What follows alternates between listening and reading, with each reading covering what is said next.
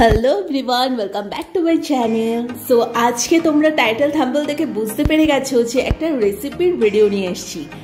আজকে আমরা ব্রেড দিয়ে কিভাবে সহজ পদ্ধতিতে পিৎজা বানাতে হয় সেটাই তোমাদের সাথে শেয়ার করব।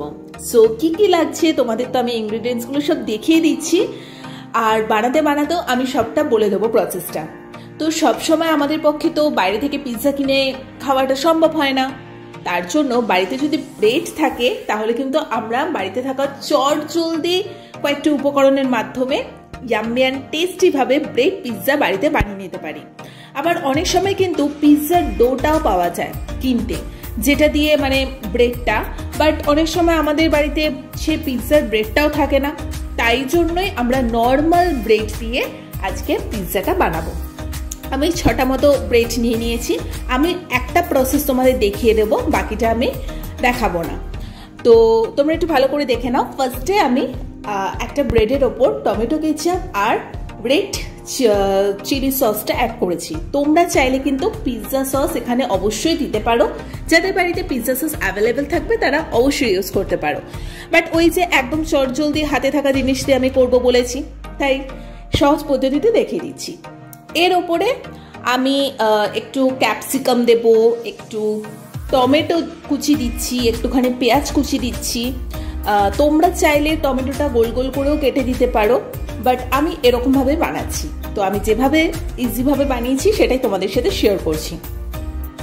এর ওপরে একটুখানি গোলমরিচের গুঁড়ো আর স্বাদ মতো একটু লবণ আমি অ্যাড করব।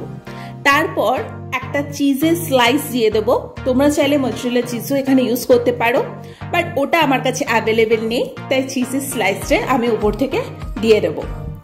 তারপরে অরিগানো আর চিলি ফ্লেক্স ছড়িয়ে দেবো। ব্যাস, এভাবে একটা একটা করে 6টা আমি বানিয়ে নেবো। সো দেখতে পাচ্ছ কত ইজি প্রসেস। সবসময় কিন্তু আমাদের মানে অত সময় থাকে না যে তামঝাম করে কিছু বানাবো বা কিছু, তাই জন্যই চট জলদি কীভাবে বাড়িতে বানানো যায় সেটাই তোমাদের সাথে শেয়ার করছি। আমার তো সবসময় একটু মুখরোচক খাবার দাবার খেতে একটু বেশি ভালো লাগে, তোমরা সবাই জানো। তাই সবসময় বাইরে থেকে কিনে আনার থেকে আমার মনে হয় বাড়িতে সহজ পদ্ধতিতে আমাদের ছোটোখাটো রেসিপিগুলো বানিয়ে খাওয়া উচিত। নিজেও শিখে যাচ্ছি, প্লাস অন্যকেও খাওয়াতে পারছি। তো দেখতে পাচ্ছ সবকটা ব্রেড আমি রেডি করে রেখে দিয়েছি। ইয়েস, চলো। আর এটা আমি পুরোটা তাওয়াতে করব। কিভাবে বানাচ্ছি সেটা তোমাদের দেখিয়ে দিচ্ছি। আমি একটা প্যান নিয়ে নিয়েছি। এই প্যানটাতে একটুখানি বাটার আমি হালকা করে গরম করব, আর একদম লো ফ্লেমে কিন্তু করতে হবে প্রসেসটা, না হলে কিন্তু পুরো পুড়ে যাবে। এই বাটারের ওপরে ওই যে ব্রেড পিৎজা যেটা বানিয়ে রেখেছিলাম সেটা 1 কি 2 মিনিট মতো একটুখানি ভালো করে সেঁকে নেব বা একটু ফ্রাই করে নেব, তারপরে আমি তুলে নেব। তো তোমরা কিন্তু এটা বানিয়ে খেতে পারো। আমি তো খেয়ে দেখেছি, খুবই ভালো লেগেছে। আর নেক্সট টাইম আমি একটু চিকেন দিয়ে এটার সাথে বানাবো। আজকে যেহেতু ফার্স্ট টাইম আমি ব্রেড দিয়ে এটা বানাচ্ছি, তোমাদের সাথে ফার্স্ট টাইম বানাচ্ছি, ফার্স্ট টাইমই আমি শেয়ার করছি, তাই জন্য একদম পুরো ভেজের ওপর দিয়ে ব্যাপারটা আমি করেছি। এরপরে আমি একটু চিকেন দিয়ে বানাবো, সেটার প্রসেসটাও তোমাদের সাথে পরে আমি শেয়ার করে দেবো। আর ট্রাস্ট মি, দেখতে যতটা লোভনীয় হয়েছিল, খেতেও কিন্তু তার থেকেও বেশি ভালো হয়েছিল। সো সবাই খেয়ে বলেছে খুব ভালো। আর আমি জাস্ট তোমাদেরকে এক পিস একটু ছিঁড়ে দেখিয়ে দিচ্ছি। আবারও বলবো, মজরেলা চিজটা দিলে কি আর একটু বেশি চিজটা স্প্রেড হতো। তো যাই হোক, চলো, পেটে যাওয়া নিয়ে কথা। তো পুরো চিজেময় পিৎজা এখন আমি এটা খাবো। আর এটাই আজকে আমি ডিনারে বানিয়েছিলাম। তো আমার ডিনারটা তো আজকে জাস্ট জমে গেছে। আই থিঙ্ক তোমাদেরও ভিডিওটা ভালো লেগেছে। ভালো লেগে থাকলে একটা বেশি সাবস্ক্রাইব করে দিও। বাড়িতেও কিন্তু ছোটোখাটো এই রেসিপিগুলো বানাতে পারো। তোমরা নিজেরাও খাও, সবাইকে বানিয়ে খাওয়াও।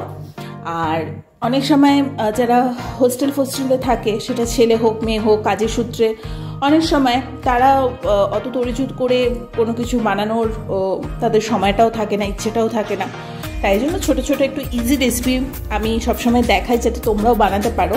আর আমি নিজেও অত সময় ধরে কোনো কিছু রান্নাবান্না করতে একদমই পছন্দ করি না। জাস্ট শখের বসে আমি রান্নাবান্না করি, আর যাই করি সেটা কিন্তু ভীষণ সিম্পল এবং ইজি প্রসেস হয়। সো চলো, আজকের মতো এই ভিডিওটাকে এখানে এন্ড করে দিচ্ছি। টাটা।